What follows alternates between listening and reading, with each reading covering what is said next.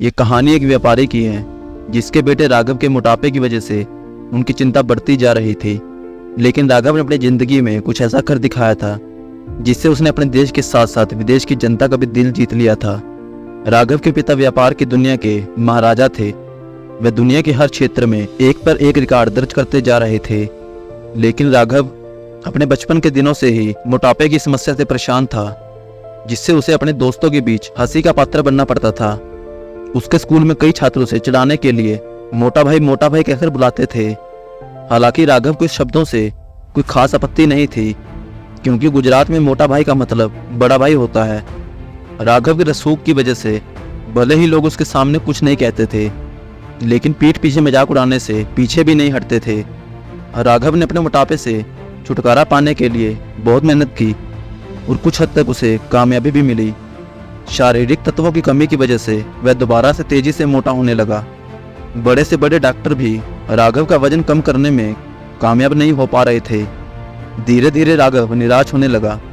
शहर में लोगों के भद्दे मजाक से परेशान होकर उसने तय किया कि वह अपने गांव जाकर अपनी दादी के साथ रहेगा। राघव के पिता उससे बहुत प्यार करते थे।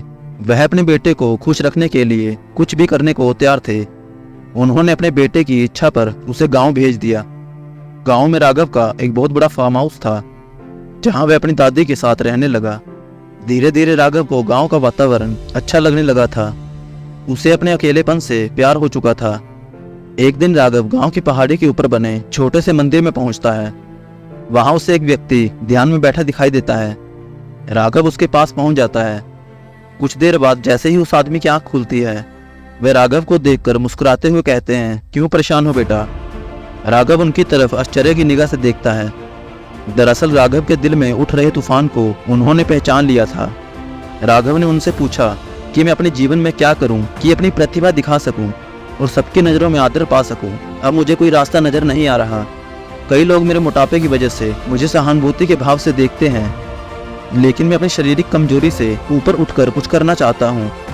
राघव की बातों को गंभीरता से समझने के बाद उस व्यक्ति ने राघव को कुछ ही घंटों में एक ऐसा सच बताया जिससे राघव की दुनिया बदल गई। अपने फार्म हाउस वापस आते ही राघव ने अपने पिता को फोन लगाकर मिलने को कहा।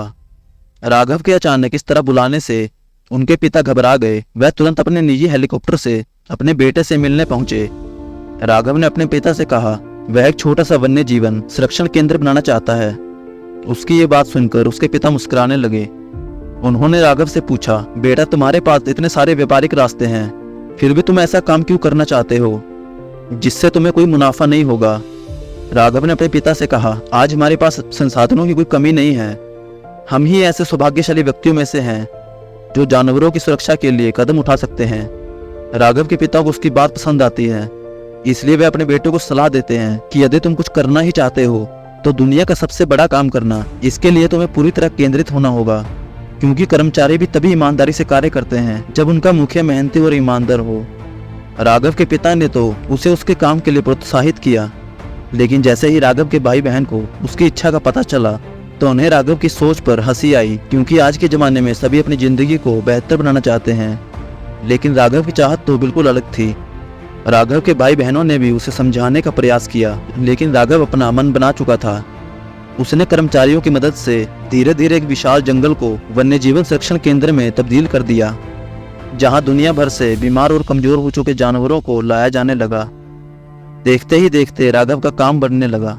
देश विदेश से बड़े बड़े वैज्ञानिक जानवरों के संबंधी जानकारी जुटाने के लिए राघव के बनाए हुए केंद्र में पहुंचने लगे। कुछ ही सालों के अंदर राघव की मेहनत ने असर दिखाना शुरू कर दिया।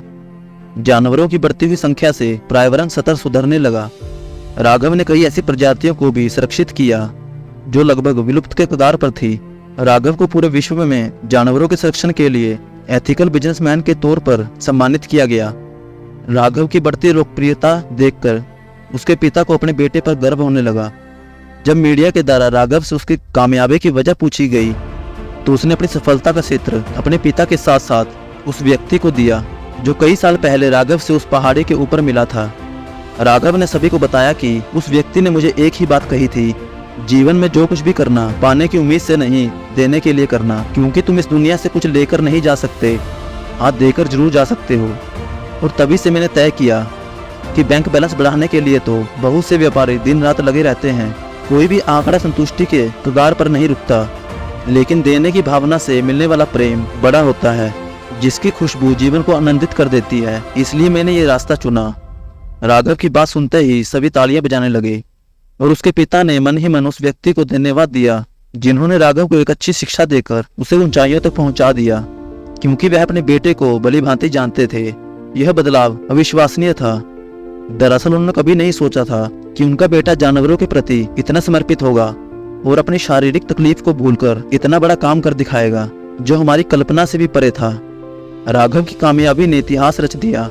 राघव के बनाए हुए वन्य जीवन संरक्षण केंद्र में आज हजारों जानवर आजादी से आनंदित जीवन जी रहे हैं। और इसी के साथ ये कहानी खत्म होती है। खुद में कमियां देखते रहने से हम कभी आगे नहीं बढ़ सकते। अपनी कमियों को भूलकर इस दुनिया की सच्चाई को समझना चाहिए।